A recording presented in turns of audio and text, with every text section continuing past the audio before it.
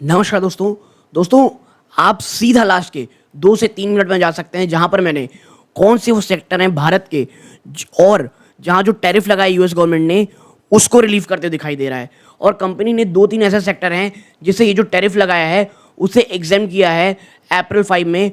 और ये जो सेक्टर के स्टॉक्स होंगे, घड़ी का इंतज़ार कह लीजिए या जो इवेंट का हम सबको इंतज़ार था जिसे सब कहते हैं यूएस टैरिफ।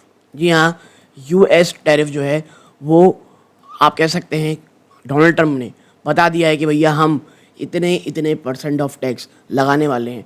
और ये देखिए, ये है नैस्डैक कंपोजिट। आप पाएंगे यहाँ पे जो एक बड़ी भयानक गिरावट हुई जब चीज़ें स्टार्ट हुई थी, फिर एक शानदार तेज़ी हुई और अब आप देखेंगे यहाँ पे सेटल डाउन होते हुए ये दिखाई दे रहे हैं। इसके साथ साथ अगर आप देखोगे इस पूरी चीज़ों में तो यूएस में गिरावट के बाद तेज़ी आई है, ठीक है। लेकिन ये हाल पूरा नहीं है। आज मैं आपके सामने यहाँ पेश करूँगा पहला चीज़ कि भाई कौन कौन से जो स्टॉक मार्केट हैं वो ज़्यादा नेगेटिव इफेक्ट कर सकते हैं। दूसरा ये कि कौन सी कंट्री की लिस्ट होने वाली है। तीसरा, एशिया में जो टैरिफ है ना वो तमाम कॉन्टिनेंट के मुकाबले बहुत ज़्यादा है और ऐसे में भारत कैसे एक एज रखता है। और चौथा, हम चर्चा करेंगे कि क्या और इस चीज़ों में की जा सकती है, तमाम चीज़ों के ऊपर। बहुत इन्फॉर्मेटिव वीडियो होने वाली है, कोई बहुत ज़्यादा तामझाम नहीं होने वाला है। बस आपसे एक ही दरख्वास्त है, वीडियो को लोग लाइक ज़रूर कर दीजिएगा ताकि यूट्यूब औरों को रेकमेंड करे, ठीक है। ये वीडियो मैं रिकॉर्ड सुबह कर रहा हूँ तो उस समय बाजार खुला नहीं है दोस्तों। तो स्टॉक मार्केट इंडिया किस तरह ट्रेड करेगा इस पर भी थोड़ा सा चर्चा करेंगे हम। देखिए, ये रहा निकी, ये 8 महीने के लो पे आ चुका है। जी हाँ, 8 मंथ के लो पे आ चुका है क्योंकि इन्हें भी बहुत बुरी कदर हिट किया गया है टैरिफ के थ्रू। दोस्तों, लिस्ट में आपको कंट्रीज़ की बताऊंगा। इसके साथ साथ अगर आप हैंग सेंग को देखोगे, आप देखें यहाँ पे हैंग सेंग को देखेंगे तो यहाँ पर आप पाओगे कि स्थिति ना यहाँ पे भी कोई बहुत ज़्यादा अच्छी नहीं है। लेकिन एक फीलिंग ये आ रही है कि शायद आपको आज हमारा भारतीय बाजार गिरने को मिले, कुछ और मार्केट्स गिरें। लेकिन जैसा मैं हमेशा कहता हूँ ना, इवेंट का क्लैरिफिकेशन होना बहुत ज़रूरी है। ऑलरेडी बहुत ज़्यादा गिरावट जो है वो हो चुकी है और ऐसे में ओवरऑल अगर आप देखोगे तो एक इवेंट हो चुका और शायद जो नेगेटिव इफेक्ट है वो आपको एक बार आता और दिखाई दे। लेकिन मुझे ये नहीं लगता कि आने वाले एक हफ्ते तक पूरी ये इवेंट चलती रहेगी। जी नहीं, बिल्कुल भी नहीं। बहुत ज़्यादा हुआ 1 या 2 दिन, उससे ज़्यादा नेगेटिव इफेक्ट बाजार इन चीज़ों में नहीं लेगा। उसके बाद सीधा बाजार चला जाएगा मार्च की अर्निंग में।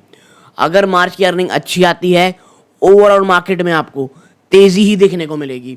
इसके साथ साथ मैं आपको बता दूं, 2 ऑलरेडी लिस्ट हमने मेंबर्स ओनली वीडियो बना चुके हैं जहां 8 स्टॉक की चर्चा की जा चुकी है और 3 ऐसे स्टॉक की, स्मॉल कैप स्टॉक की चर्चा की जा चुकी है जो 50 रुपए के अंडर है, जो आपकी वॉच लिस्ट में होनी चाहिए। बाइंग और सेलिंग की बात नहीं है, बस वॉच लिस्ट की चर्चा की जा रही है, ठीक है। और देखिए, हैंग सेंग का ये हाल है। बात करें निफ्टी की ना तो आपको मैं बता दूं, ठीक है, अगर आप बात करेंगे निफ्टी की तो मैं आपको बता दूं, कुछ भी कहना बहुत जल्दबाजी होगा। क्या क्रैश ही हो जाएगा, उसके बाद से कुछ बढ़ोतरी नहीं होगी? नहीं, मुझे आज लगता है कि यार निगेटिविटी नो डाउट होगी, बल्कि गिरावट भी शायद हो सकती है बीच में। लेकिन ये इवेंट आज से 1 और 2 दिन में ख़त्म हो जाएगा। वो तमाम जो गिरावट होगी ना वो वंस फॉर ऑल हो जाएगी। बाजार फिर उस चीज़ को डिस्काउंट कर चुका होगा और आने वाले समय में कोई बहुत बड़ा थ्रेट होने वाला है वो, ऐसा मुझे नहीं लगता। क्योंकि ऑलरेडी हम इस इवेंट के लिए बहुत समय से ना एक करेक्शन के मूड में ऑलरेडी आ चुके थे, ओके। तो इसकी चीज़ें नहीं। और जैसा मैंने कहा कि भैया 10 तारीख के बाद से तो बड़ी बड़ी कंपनीज़ के 10 मार्च के बाद से, अप्रैल के बाद से, माफ़ कीजिएगा, बड़ी बड़ी कंपनीज़ के क्वार्टरली नंबर्स आ चुके होंगे। और अगर इस बार क्वार्टर नंबर अच्छे आते हैं तो वो ओवरऑल बाजार के लिए काफ़ी अच्छा होगा, ओके। नाउ नेक्स्ट अगर मैं जाऊंगा, आप देखेंगे यहाँ पे सबसे पहले ये रहा भाई साहब लिस्ट। मनी कंट्रोल का धन्यवाद है जो इनकी फ़ोटोज़ हैं। क्या है ये? देखिए, चाइना। एक्चुअली किया क्या है डोनाल्ड ट्रंप ने ना, ट्रंप ने काम किया है 50% टैरिफ लगाया है नेगेटिव। यानी आप देखेंगे यहाँ पे चाइना 67% था, 34% लगा दिया इनके ऊपर, ठीक है। आप देखेंगे यूरोपियन यूनियन 13% था, 20% आसपास लगा दिया है। आप देखेंगे यहाँ पे वियतनाम 90% था, ऑलमोस्ट 50%, 46% लगा दिया है। ताइवान 64%, 32%। अच्छा, मैं यहाँ पे ना आपको एशियन कंट्रीज दिखाना चाहता हूँ। चाइना 34%, वियतनाम 46%, यार ये 90% लगाता था वियतनाम। Taiwan 32%, Japan 24%, India 26%। देखिए तमाम जो एशियन कंट्रीज हैं, आप देखिए साउथ कोरिया 25%, थाईलैंड 36%, आप कह सकते हैं इंडोनेशिया 32%, कंबोडिया 49%। आप अन्य किसी देशों में देखेंगे यहाँ पर श्रीलंका 44%। ये तमाम एशियन कंट्रीज अब इंडिया दैट इज़ भारत के साथ एक बहुत अच्छा ट्रेड संबंध बनाना ज़रूर से ज़रूर चाहेंगे दोस्तों। अच्छा, यहाँ पे एक चीज़ देखिए, यूके में ना 10% था तो 10% रखा है, यानी डोनाल्ड ट्रंप ने 10% का एक बेस लाइन रखा है कि इससे कम तो टैरिफ मैं नहीं लगाऊंगा। ठीक है, तो आप देखिए जो एशियन मार्केट था उनके लिए जो डोनाल्ड ट्रंप है उन्होंने टैरिफ को काफ़ी ऊपर रखा है और भारत इसमें 26% में। और मुझे पर्सनली लगता है कि भले ही यूएस इंडिया के जो रिलेशन है ये नो डाउट सफ़र करें, कुछ प्रॉब्लम्स आए, लेकिन अब होगा क्या, इंडिया का मार्केट बहुत अट्रैक्टिव दिखेगा पूरी दुनिया को। और ये तमाम जो बड़ी देखिए इवन यूरोपियन यूनियन में भी 20% का टैरिफ लगाया गया है। तो जो तमाम अब देखिए हमको पता है यूरोपियन यूनियन में इसके साथ हम ट्रेड डील करने की कोशिश कर रहे हैं, तमाम चीज़ें चल रही हैं। और ऐसे में तमाम जो वर्ल्ड की बड़ी इकॉनमीज हैं वो भारत के साथ एक बहुत अच्छे संबंध रखेगी। स्विट्ज़रलैंड 31% का टैरिफ है। अब इसने जो नेस्ले टाइम में जो कांड किया आपको पता होना हो, ठीक है, भारत के साथ इन्होंने कुछ एक आप कहते हैं एक ग्रुप ऑफ कंट्रीज थी, 4-5 लोगों की, उनके साथ एक एफटीए टॉक किया था। नेस्ले में हमने जो टैक्स लगाया उसके बाद उन्होंने वो उसको बंद कर दिया था, उस जो ट्रेड डील थी उसे ऑफ कर दिया था। अब स्विट्ज़रलैंड आप देखेंगे कुछ सुर बदलते हुए आपके आने वाले समय में उनको दिखाई देंगे। एक नया वर्ल्ड ऑर्डर वाकई में स्टैब्लिश हो रहा है। कहा यह जा रहा है यूएसए ने वापस से 19th सेंचुरी पहुंचा दी है पूरी वर्ल्ड की जो पॉलिसीज है उसको। ठीक है, इजराइल 17% की टैरिफ लगी है इनमें भी। ठीक है, लेकिन आपको समझना पड़ेगा, लुक एट द पाकिस्तान 29% का टैरिफ इनमें भी लगा हुआ है। तो पाकिस्तान अब और ज़्यादा नज़दीक कहाँ जाएगा भाई साहब, जाएगा वो चाइना के।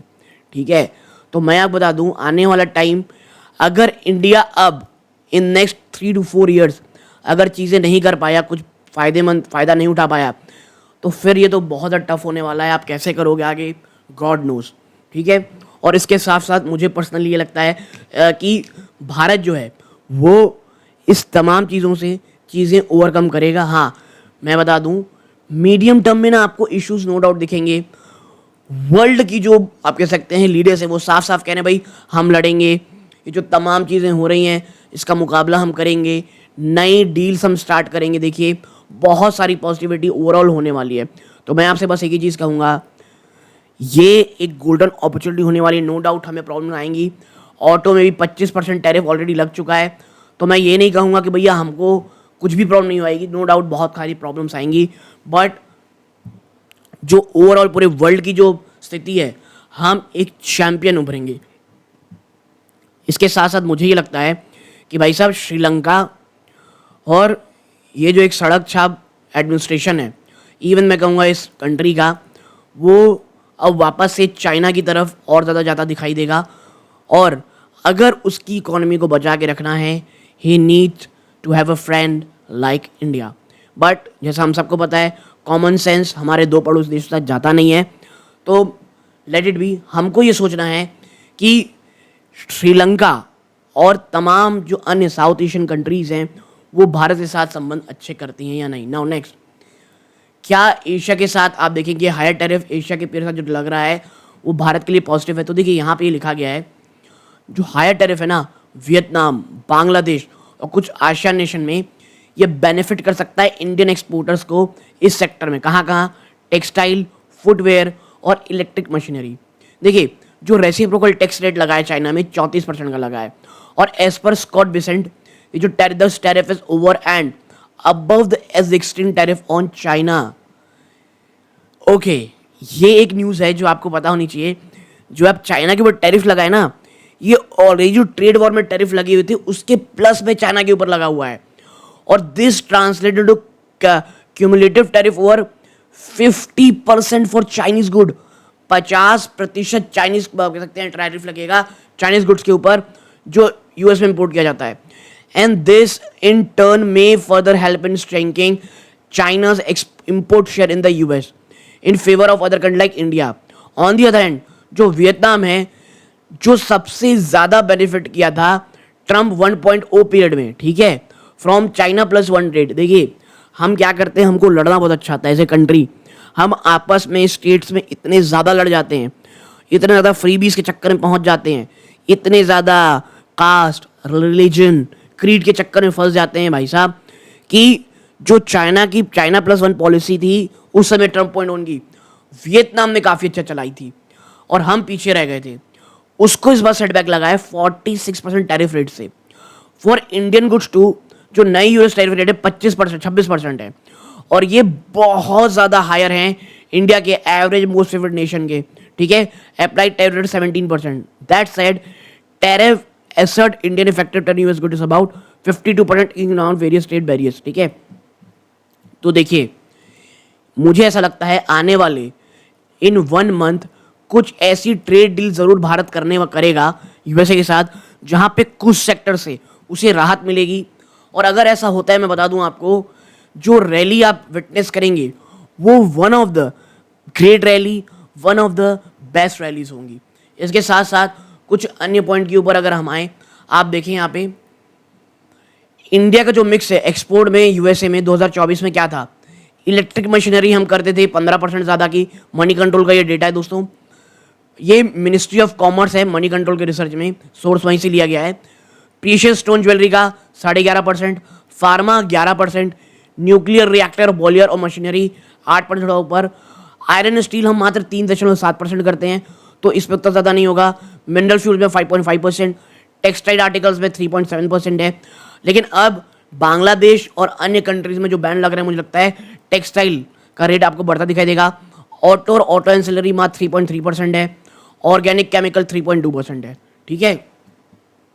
आप देखें यहाँ पे ये कहा जा रहा है कि भैया दैट सेड, ये जो एग्जीक्यूटिव एक्शन लिया गया यूएस के द्वारा, ये इन्फ्लेशन एक्सपेक्टेशन को ऊपर ही रखेगा, जबकि जो immigration would impact service inflation, tariff could spike good inflation. In fact जो यूएस गुड इन्फ्लेशन है ये थोड़े ऊपर थे पिछले 2 महीने में। और एक फ्यू आप कहते कुछ ही नियर टर्म मेजर लिए गए हैं inflation expectation have recently move survey have pointed to tariff as the driving factor even though the impact of tariff on good inflation part dependent. ठीक है कि भाई कैसा रहेगा क्या रहेगा ये हमको देखना पड़ेगा।